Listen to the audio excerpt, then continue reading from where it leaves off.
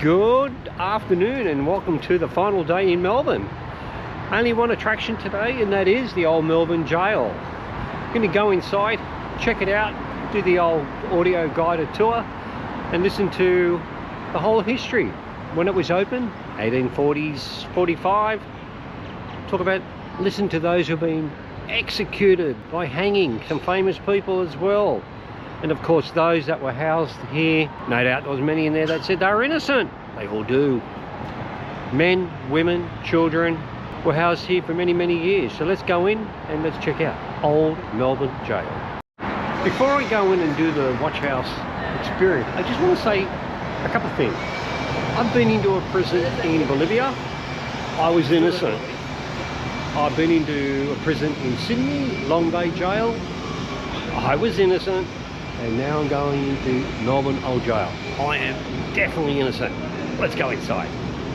This is the watch house where criminals, or alleged criminals on remand, spend their time prior to being convicted of their crime or found innocent. And this is where they're housed. If you want to have a shower, don't expect privacy. There's zero. What a cold, barren place. Up to 30 people could be held here overnight, and some could spend up to 2 weeks, 4 weeks on remand waiting to have their case dealt with. Now, we just spent time in here and it was freezing, and I tell you, it was absolutely dark as can be. So this is different to the main prison that we're going to go and have a look at and do the audio tour. This isn't too bad. This is the exercise yard for the criminals. Got yourself a urinal there, and of course you had to put the roof over so the innocent, well, alleged criminals didn't get wet. Oh, heaven forbid. And this is the section where for people that have committed serious crime and crimes that are value crimes. If you were to be charged with committing a crime against a minor, you would have to be separated from the prisoners in mainstream, as it's known to be, because you would be attacked. You'd be treated as vermin and be dealt with prior to even reaching a court. Now, I don't know if anyone has escaped from here, but I'm sure we'll find out when we go to the main prison. Oh, and here, this is a good one. Padded cell. Back in 1910, when this place was opened, they say there was 4 of these cells in the remand part of the prison system. But for such a large room for one person, there's no way you could have 4 separate padded cells. It just doesn't work. All right, I've got to get back to the tour and get moving. I just want to say I was innocent. I was framed. Well, that guided tour wasn't too bad. The sergeant was good. Oh, she'd fit well in the rural prison system. Cranky old thing. Now we're going to do a tour of the prison, and that was the Remand Centre. Let's go in, get some headphones, check it out. This is the watch house, and this is solitary confinement from 1859. You'd be here for being a little bit crazy. Wow. And you would spend 23 hours a day in a cell like this. What the heck would you do to keep yourself occupied for 23 hours a day in 1859? This is neat. Oh, okay, this is the death mask of George Melville.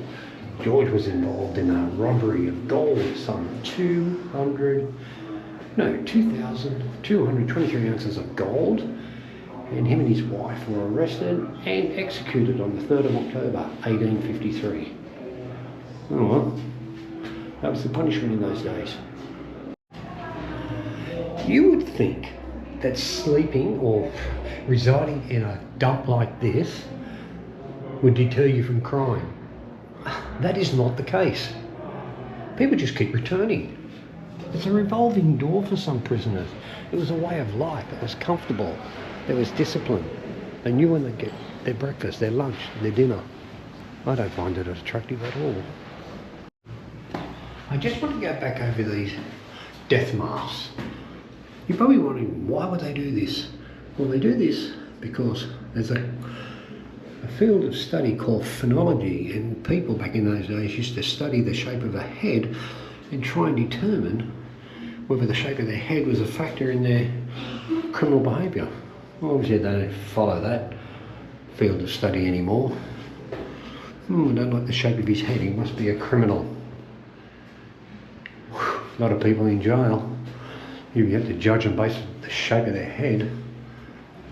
Alright, let's keep walking. So this is the gallows section. The gallows section, you can see the trapdoor. Oh God, look at that. As they entered the building for the first time, they saw the gallows. As they walked to the chapel, they saw the gallows.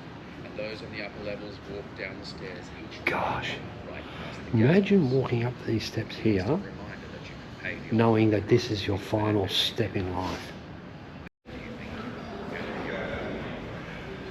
So for those that are a bit morbid, this is the hangman's box, and this is the equipment that was used when people were hung. And I just found it interesting. They put a leather coating around the rope so it doesn't cause bruising or lacerations to the neck when they drop. Anyway, I'll make no comment on death penalties. Yeah. So this is a board indicating those that were executed in Victoria, 1842 to 1967. Look at that, 27 years of age.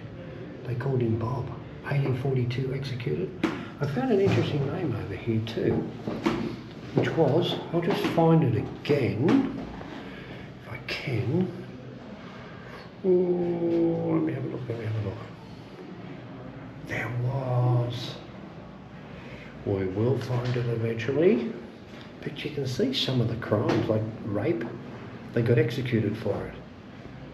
All sorts of crimes, from shooting, we even have, look at that, I've got to show you that one. Henry Morgan, I wonder if he's related to Mark Morgan of Wollongong. And of course the last person to be hung was Ronald Joseph Ryan in 1967. Of course the famous Bushman, Ned Kelly, he was executed on the 11th of November, 1880.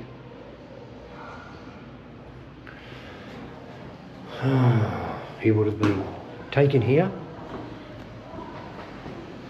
and someone would have pulled the rope all over. Wow, in total there was 132 hangings took place in the Melbourne Gaol. Wow. God, they even had kids in here as young as 12 and 13 that were imprisoned. Do you know it's really important to get the length of the rope correct, and the position of the noose around the neck, because if they put the knot at the front, well then they suffocate, as in the case of one prisoner. Usually they would leave the executed hanging for up to 30 minutes just to ensure they were dead.